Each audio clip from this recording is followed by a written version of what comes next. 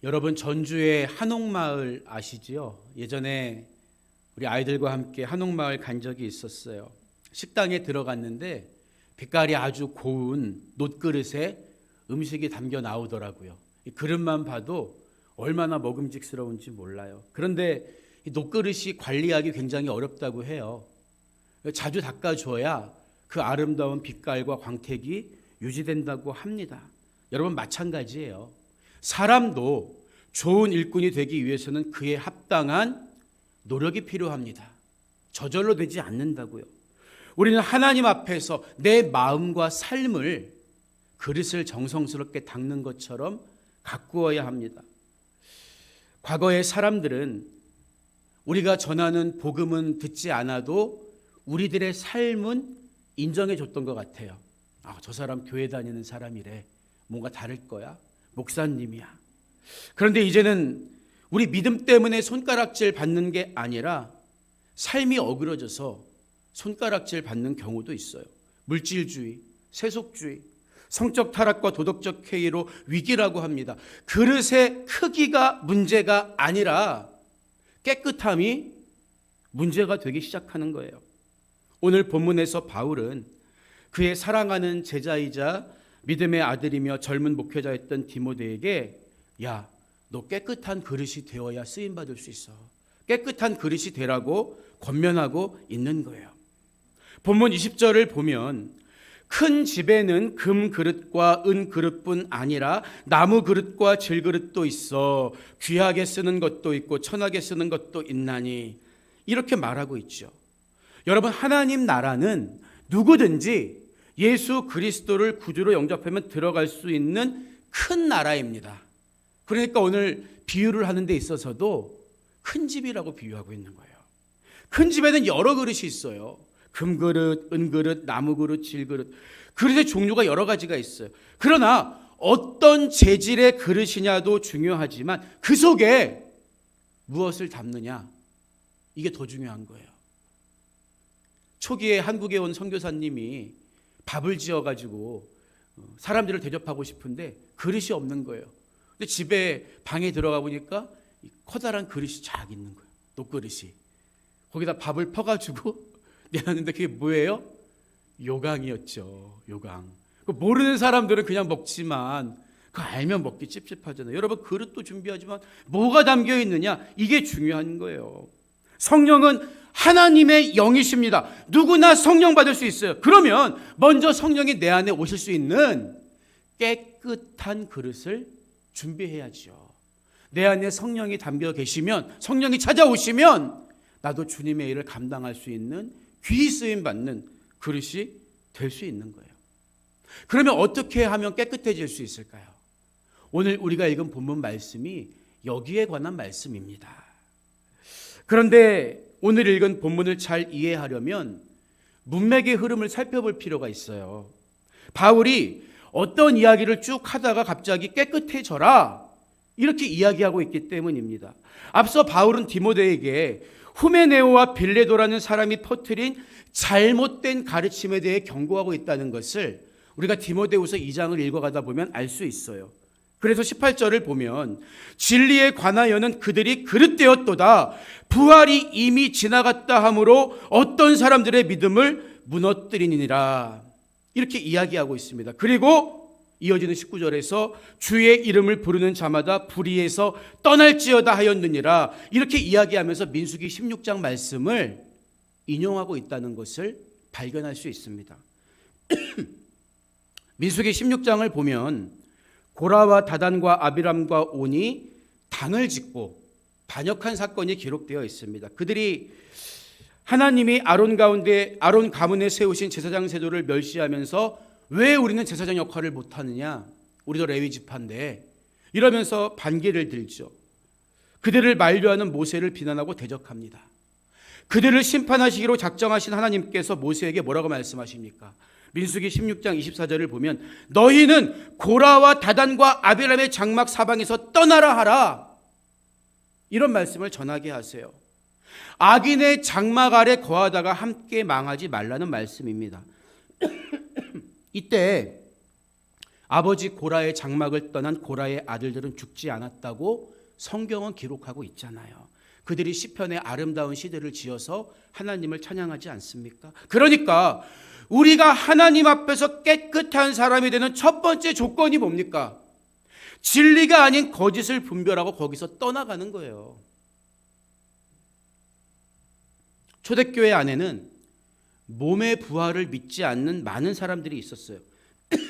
디모데후서 2장 17절에 언급된 후메네오와 빌레도 같은 이들이 그런 부류의 사람들이었죠. 그들은 플라톤이 주장한 이원론의 영향을 받아서 영혼과 육체를 이분법적으로 나누었습니다. 영혼은 선하고 육체는 악하다는 거예요. 그래서 그들의 모든 사상은 영혼의 자유를 위한 육체의 비하로 귀결됩니다.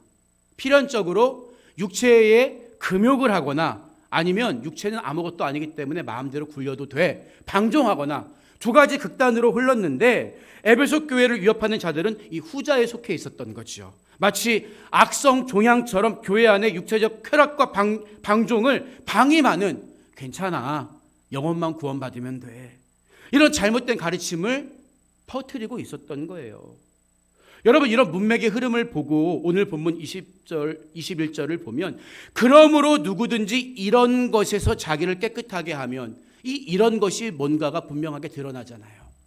진리를 거스르고 불의가 마치 진리인 것처럼 잘못된 이단 사상과 가르침을 퍼뜨리고 있을 때 그것에서 자기를 깨끗하게 하면 귀히 쓰는 그릇이 되어 거룩하고 주인의 쓰심에 합당하며 모든 선한 일에 준비함이 되리라. 이렇게 이야기하고 있다고요. 따라서 본문이 말하는 이런 것, 잘못된 교리와 거짓의 열매를 분별하고 진리의 반석 위에 서는 것을 의미합니다. 바로 이것이 깨끗함의 첫 번째 조건이라는 거예요. 여러분 보세요. 다른 종교인들도 선행을 강조해요. 윤리도덕 강조하고 철저하게 자기 수행을 합니다. 어떤 면에서 우리보다 더 철저해요. 그런데 그렇다고 해서 그들이 하나님 앞에서 깨끗한 사람이라고 말할 수 있겠습니까? 신앙적으로 아니라고요. 그러니까 우리가 하나님 앞에서 정결하려면 먼저 올바른 믿음이 뭔지 알고 그 믿음의 반석 위에 서야 한다는 거예요. 그런데 포스트 모더니즘 시대의 사고방식은 다양성을 인정하라는 거예요. 그래서 틀리다라는 말 대신 다르다는 말로 모든 것을 대체합니다. 물론 비본질적인 것에 대해서는 다를 수도 있다는 것을 인정해요. 하지만 신앙의 본질에 대해서만큼은 맞고 틀리다가 분명해야 합니다. 성경은 애매모호하게 말하고 있지 않아요. 성경이 일관되게 요구하는 것은 하나님의 편에 서서 진리를 따르는 것이기 때문입니다. 말씀 앞에서는 진리냐 거짓이냐 이것만 있을 뿐이에요. 그러니까 깨끗함이란 진리의 편에 서는 데서부터 출발하는 거라고요. 성령은 진리의 영이시기 때문에 우리가 말씀을 믿고 따르면 그들에게 임해 주십니다. 우리 집 베란다에는 몇 년 전에 사둔 캠핑 용품이 잘 보관돼 있어요. 팬데믹 시대에 가족들과 좋은 시간을 가져보려고 샀는데 어느 순간 먼지만이 폴폴 쌓여 있어요. 여러분 그런데 생각해 보세요. 아무리 새로 산 제품이어도 오랫동안 쓰지 않으면 어떻게 됩니까? 때가 끼고 더럽게 되는 거예요. 마찬가지예요. 우리가 깨끗함을 유지하고 지키려면 진리가 무엇인지 그냥 분별하는 것만으로 끝나면 안 된다는 거죠. 믿는 대로 살지 않으면 사는 대로 믿게 되기 때문입니다. 그래서 이어지는 22절을 보면 또한 너는 청년의 정욕을 피하고 주를 깨끗한 마음으로 부르는 자들과 함께 의와 믿음과 사랑과 화평을 따르라. 이렇게 요구하는 거예요. 우리가 정결함을 유지하기 위해서는 적극적으로 피해야 할 것과 따라야 할 것을 행해야 한다는 거예요. 먼저 성경이 요구하는 게 뭡니까? 정욕을 피하라. 피하라. 본문에 기록된 청년의 정욕이란 당시 사람들에게 보편적으로 잠재해 있는 욕구를 의미합니다. 말 그대로 성적인 욕망을 포함해서 쾌락과 권력 그리고 소유에 대한 강한 열망 일체를 포괄하죠. 그런데 여러분 잘 보세요. 바울이 이것들 속에 들어가서 덤벼봐라. 한번 누가 센가 붙어보자. 맞서 싸우라고 하는 게 아니라 피하라고 하는데 그 이유가 뭘까요? 여러분 정욕은 우리가 생각하는 것보다 훨씬 더 강력하기 때문입니다. 독일의 철학자 니체는 괴물과 싸우는 자는 스스로 괴물이 되지 않도록 조심해야 한다. 이런 경고를 하기도 했어요. 그래서 악하고 강력한 정욕과 싸우는 지혜 가운데 하나가 아예 그것을 무시하고 피하는 것입니다. 인터넷 댓글에 악플보다 무서운 게 뭐예요? 무플이라는 말이 있잖아요. 누군가와 싸우거나 반대하는 댓글보다 무서운 게 아예 관심 끄고 지나가는 거라는 거죠. 만약 여러분이 이기기 힘든 죄의 유혹이 있다면 그 자리를 피하는 것부터가 그 죄를 이기는 출발점이 될 수 있다는 거예요. 청년의 정욕을 피하라. 그런가 하면 우리가 따라야 할 것이 뭡니까? 의와 믿음과 사랑과 화평입니다. 마치 그릇을 씻은 후에 광택이 나게 닦는 것처럼 적극적인 실천도 함께 요구된다는 거죠. 그런데 잘 보세요. 본문의 말씀을 보면 이것을 혼자 따르고 수행하라는 게 아니라 주를 깨끗한 마음으로 부르는 자들과 함께 공동체적으로 따르려고 추구하라는 거예요. 여러분, 거룩함을 개인만의 영역이 아니라 공동체의 영역으로 확장시키라는 거예요. 여리고성을 무너뜨린 이스라엘 군대가 파죽지세로 아이성으로 쳐들어갑니다. 여러분, 아이성은 여리고성보다 10분의 1 정도로 작은 그냥 별 볼 일 없는 성이었잖아요. 하지만 이스라엘 군대는 맥없이 패하고 말아요. 간담이 물처럼 녹아서 흐물흐물해집니다. 두려움에 떨어요. 이 이유가 어디로부터 기인된 것입니까? 아간이라는 한 사람이 하나님께 드려야 할 제물을 훔쳤기 때문이잖아요. 한 사람의 타락으로 인해서 공동체가 나아가야 할 길이 막혀버렸던 거예요. 오늘날 현대 사회는 개인주의가 팽배하지요. 여기에 길들여진 사람들은 남의 상황이나 처지가 어떻든지 나만 괜찮으면 돼. 우리 가족만 괜찮으면 돼. 뭐 우리 교회만 괜찮으면 돼. 이런 개인주의적 사고방식에 물들어 있어요. 하지만 여러분, 신앙은, 성경이 우리에게 요구하는 신앙은 공동체 안에서 함께 성장해 가는 거예요. 그래서 에베소서 2장 19절을 보면 에베소 교회 성도들을 향해서 바울이 뭐라고 이야기합니까? 너희는 외인도 아니요 나그네도 아니요 오직 성도들과 동일한 시민이요 하나님의 권속이라. 권속이란 말은 오늘날 잘 쓰지 않지만 사전적 의미가 뭡니까? 한 아버지를 둔 식구, 같은 아버지를 둔 식구가 권속이에요. 그러니까 하나님은 처음부터 저와 여러분을 영적 독립군으로 부르지 않고 교회라는 공동체, 하나님의 가족된 구성원으로 불러주셨다는 거예요. 마땅히 한 마음으로 거룩함을 쫓아야 한다는 거죠. 그렇다면 마지막으로 깨끗한 그릇이 되기 위해, 그 깨끗함을 유지하기 위해 우리가 버려야 하는 게 뭘까요? 23절을 보면 어리석고 무식한 변론을 버리라. 이에서 다툼이 나는 줄 알미라. 이렇게 말하고 있습니다. 요즘 같은 시대에 굉장히 우리가 잘 들어야 하는 말씀이겠죠. 얼핏 생각하면 여러분, 간단한 요구의 말씀처럼 보이지만 여기서 바울이 강조하고자 하는 말의 무게는 다툼에 있습니다. 다툼. 뒤에 이어지는 구절에서도 바울은 24절 전반부를 보면 주의 종은 마땅히 다투지 아니하고, 이 권면이 이어지고 있기 때문이에요. 여러분, 그러면 그리스도인들은 어떤 경우에도 다른 의견을 제시하거나 다투지 말아야 한다는 뜻일까요? 하지만 역설적이게도 이 말을 하고 있는 바울 자신부터가 뛰어난 변론가였습니다. 변증가였어요. 그는 복음에 대해서도 여러 차례 변론했고 아무리 말해도 듣지 않는 유대인들과 심하게 다투기도 했죠. 심지어 같은 그리스도인이었던 바나바와도 생각의 차이로 다투고 갈라선 적도 있어요. 여러분, 우리는 복음의 진리에 대해서는 단호해야 합니다. 가령 이단과 사이비들도 에이, 우리와 그냥 생각이 좀 다를 뿐이야, 이러면 안 되는 거예요.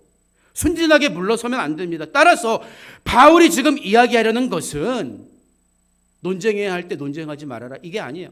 싸워야 할 때도 싸우지 말라는 말이 아니라 아무 유익이 없는 무의미한 다툼은 피해라, 이 뜻이라고요. 그리고 그런 다툼이 생기는 이유는 어리석고 무식한 변론 때문이라는 거죠. 그러니까 어리석고 무식한 변론 때문에 일어나는 무의미한 다툼은 피해야 돼. 그래야 우리 영적인 순결함을 지킬 수 있어. 분노하지 않을 수 있어. 요즘 같은 때에 우리가 정말 새겨들어야 하는 말씀이에요. 학창시절에 친구와 쉬는 시간마다 사람은 왜 사는가, 이 주제로 열띤 토론을 했던 기억이 나요. 개똥 철학 가지고 서로 자기가 옳다고 목에 핏대를 세웠는데, 여러분, 제가 그때 뭘 얘기를 했는지 기억도 안 나요. 그러니까 내가 무슨 말을 하는지도 모르던 말들을 하면서 핏대를 올리면서 다퉜던 거죠.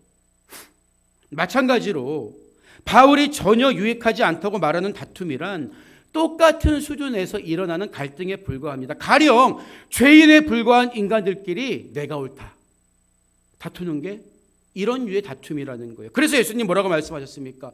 마태복음 5장 37절을 보면 오직 너희 말은 옳다 옳다 아니라 아니라 하라, 이에서 지나치는 것은 악으로부터 나느니라. 분명하게 가르쳐 주신 거예요.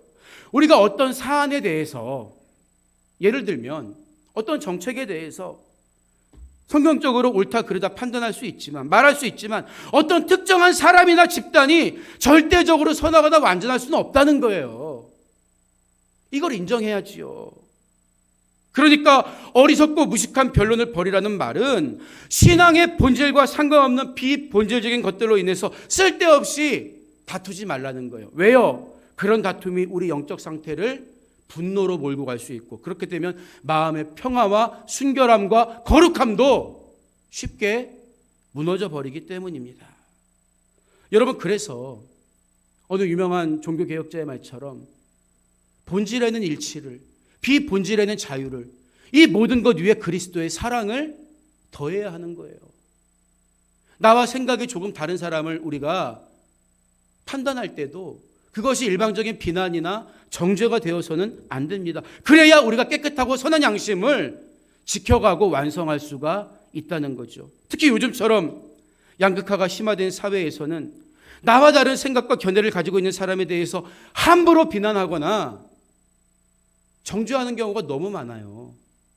판단과 정죄가 죄라는 것 예수님 분명히 말씀했는데도 불구하고 마치 그것과 나는 아무 상관없는 것처럼 행동할 때가 있죠. 여러분, 그러나 오직 진짜 옳은 분은 하나님 한 분밖에 없어요. 우리는 어떤 사안에 대해서 말씀드린 것처럼 성경에 비추어 볼 때 이게 옳다 저게 옳다 말할 수는 있지만, 함부로 그 인간 자체를, 사람 자체를 판단하거나 정죄해서는 안 되는 거예요. 보세요. 예수님의 제자들의 구성을 살펴보면 너무나 재밌습니다. 지금하고 차이가 없어요. 무력으로 로마로부터 독립을 추구한 열심당원들도 예수님 제자들 중에 있었습니다. 그런가 하면 이 시끄러운 세상은 쳐다보기도 싫어, 아예 속세를 떠나서 수행에 매진해온 에스네파 출신들도 있어요. 그런가 하면 당시 매국노 소리를 듣던, 돈만 많이 벌던 세리 출신도 있었죠. 생각해 보세요. 왜 예수님이 이처럼 다양한 철학과 정치적 견해를 갖고 있는 사람들을 제자로 뽑으셨냐는 거예요.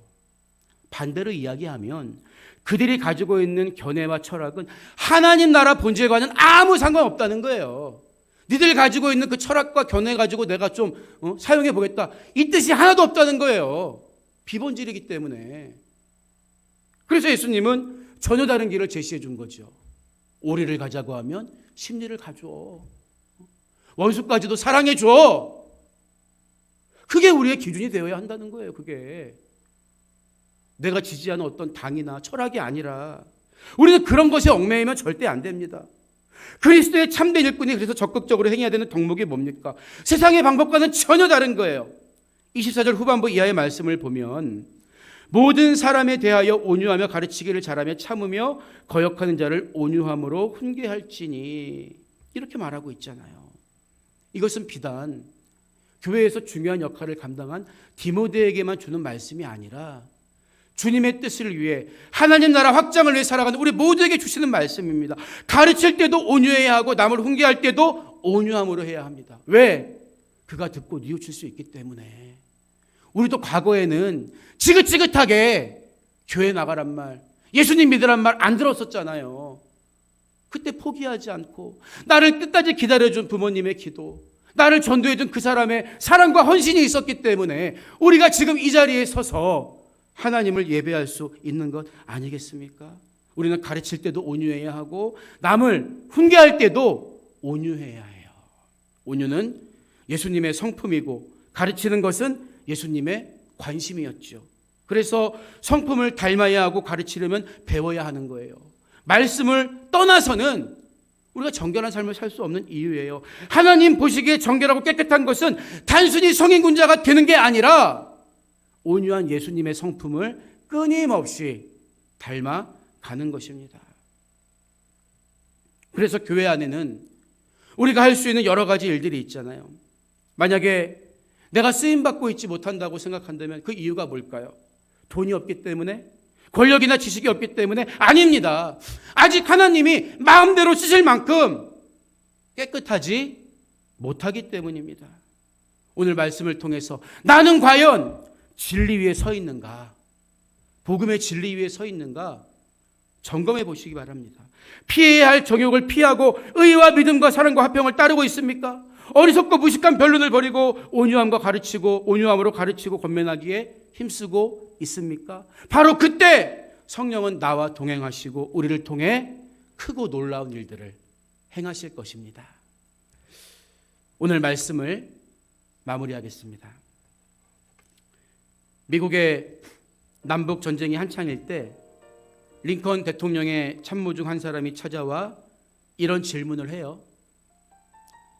카카, 이 전쟁에서 하나님이 과연 우리 편에 서 계실까요?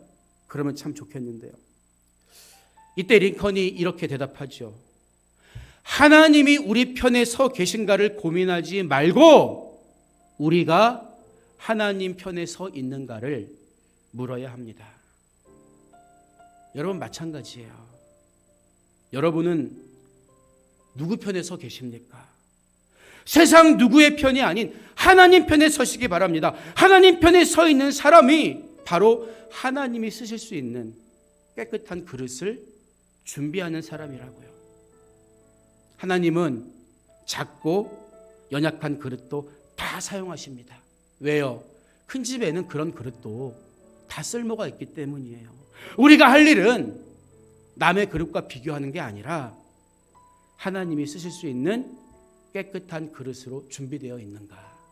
이것을 묻는 거예요. 왜 예수님은 당시에 떵떵거리던 제사장과 장로들에게 내가 진실로 너희에게 이르노니 세리들과 창녀들이 너희보다 먼저 하나님 나라에 들어가리라, 이런 어마어마한 말씀을 하셨을까요?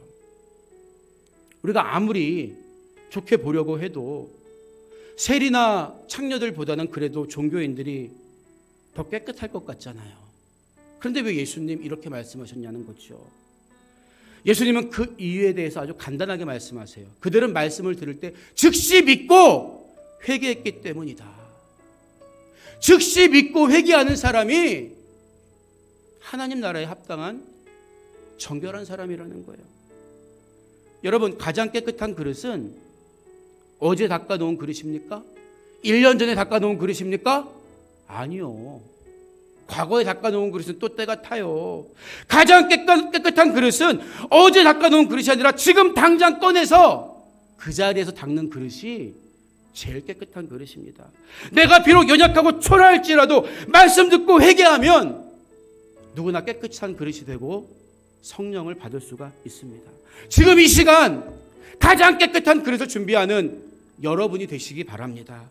하나님이 쓰시는 귀한 그릇들이 되어서 복음을 영화롭게 하나님께 영광 돌려드리는 삶을 사는 여러분 모두가 되시기를 주님의 이름으로 축복합니다.